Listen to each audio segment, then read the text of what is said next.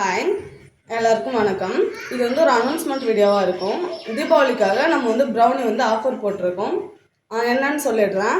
நம்மக்கிட்ட 1/2 kg brownie வாங்கணும்னா 2 piece of homemade cookies, அப்புறம் 2 பீஸ் ஆஃப் ஹோம்மேட் சாக்லேட். இதுதான் நம்ம செய்கிற ப்ரௌனி. இதனோட டெக்ஸ்சர் பார்த்திங்கன்னா ரொம்ப சாஃப்டாக இருக்கும். மேலே க்ரிங்கிள் டாப்போட சாப்பிட்றதுக்கு ரொம்ப லைட் சிவியாக அண்டு ரொம்ப டேஸ்டியாக இருக்கும்.